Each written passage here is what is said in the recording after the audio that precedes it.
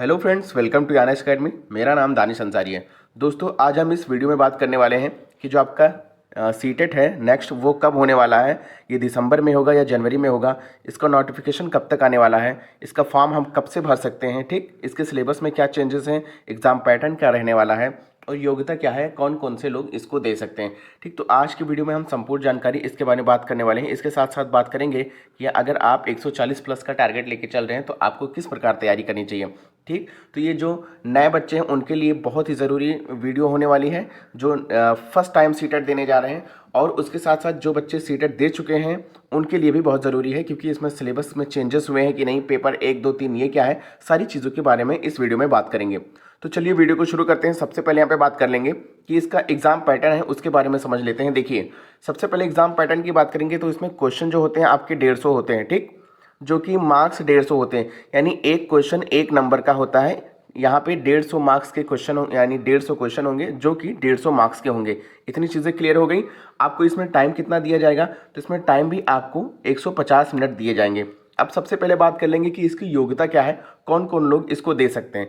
तो सबसे पहले इसकी बात करेंगे तो बीटीसी वाले इसको दे सकते हैं। इसके साथ साथ अगर कोई बीएड किया हुआ है कोई भी बच्चा तो उसको ये दे सकता है। इसके साथ साथ इसमें स्पेशल एजुकेशन में जो चलते हैं, यानी बीएड बीटीसी में स्पेशल एजुकेशन चलते हैं, वो लोग भी यहाँ पे दे सकते हैं इसको। ठीक, इसके साथ साथ बात करेंगे इसमें जो एमए किया हुआ है या फिर एमएससी किया हुआ है वो भी यहाँ पे दे सकता है। ठीक, यानी पीजी वाले बच्चे भी बीएड को यानी बीएड के अकॉर्डिंग जो चलते हैं पीजी, वो वाले बच्चे भी इसको दे सकते हैं। ठीक, सीटेट को इस वाले को दे सकते हैं। चलिए आगे बढ़ते हैं। सबसे पहले बात कर लेंगे कि इसका जो पासिंग मार्क्स क्या है।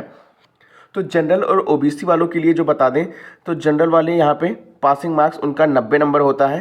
ठीक, और वहीं पे ओबीसी की बात कर लेंगे तो ओबीसी का यहाँ पे 82 मार्क्स होता है। इसके साथ साथ जो एससी एसटी वाले बच्चे हैं उनका भी 82 मार्क्स यहाँ पे लाना होता है। ठीक, लगभग ये 60% यहाँ पे हो गया। 60% मार्क्स आपको लाने होंगे 150 में से, तो आपका यहाँ पे आप क्वालिफाई कर जाएंगे।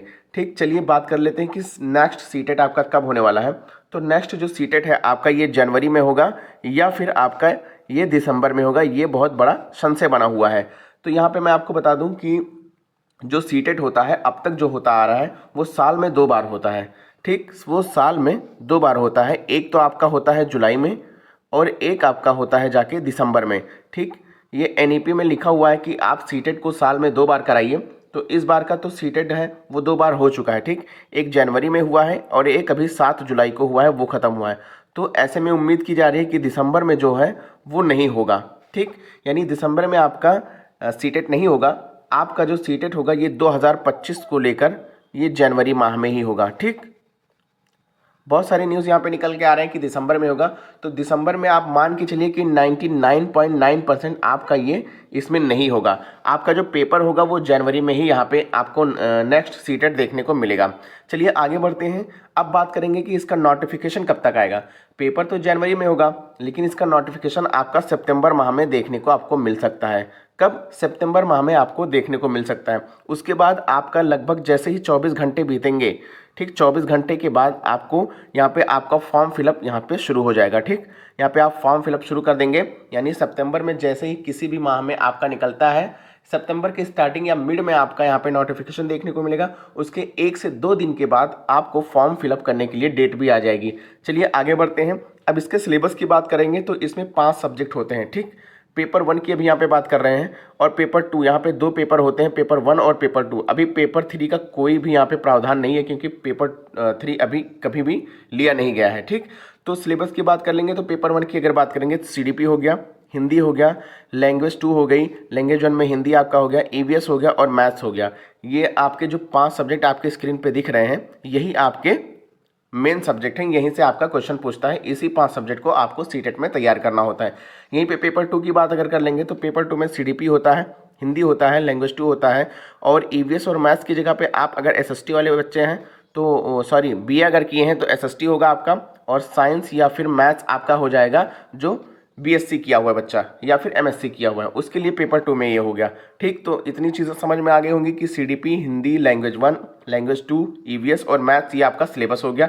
इसी की तैयारी आपको करनी है। चलिए आगे बढ़ते हैं। आप एग्ज़ाम मोड की बात करेंगे। इन्होंने कुछ दिन के पहले इन्होंने ऑनलाइन एग्ज़ाम कराया था।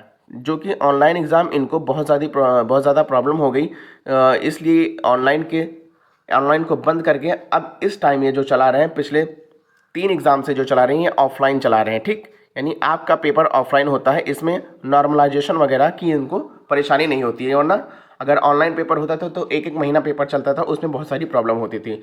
तो एग्ज़ाम मोड की बात कर लेंगे, आपका पेपर 101% आपका ऑफलाइन ही होगा।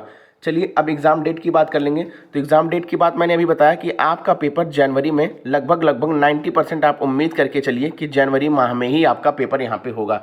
दिसंबर माह को भूल जाइए, लेकिन आपको तैयारी जो करनी है वो दिसंबर माह को लेकर ही करनी है कि अगर कभी ऐसा होता है कि पेपर आपका दिसंबर में हो जाता है तो उसके लिए आप प्रिपेयर रहें, ठीक है। चलिए आगे बढ़ते हैं और दोस्तों यहीं पे वीडियो हम ख़त्म करते हैं। अगर जानकारी आपको मैं सही दे पाया हूँ तो प्लीज़ इस चैनल को हमारे सब्सक्राइब करिएगा, वीडियो को लाइक करिएगा, बाकी बच्चों तक शेयर करिएगा। ऐसे ही और जानकारी पाने के लिए हमारे चैनल को सब्सक्राइब करिए, क्योंकि हम यहाँ पे एजुकेशन से रिलेटेड जो भी अपडेट होती है वो देते रहते हैं। चलिए दोस्तों मिलते हैं अगले क्लास में, तब तक के लिए जय हिंद, नमस्कार।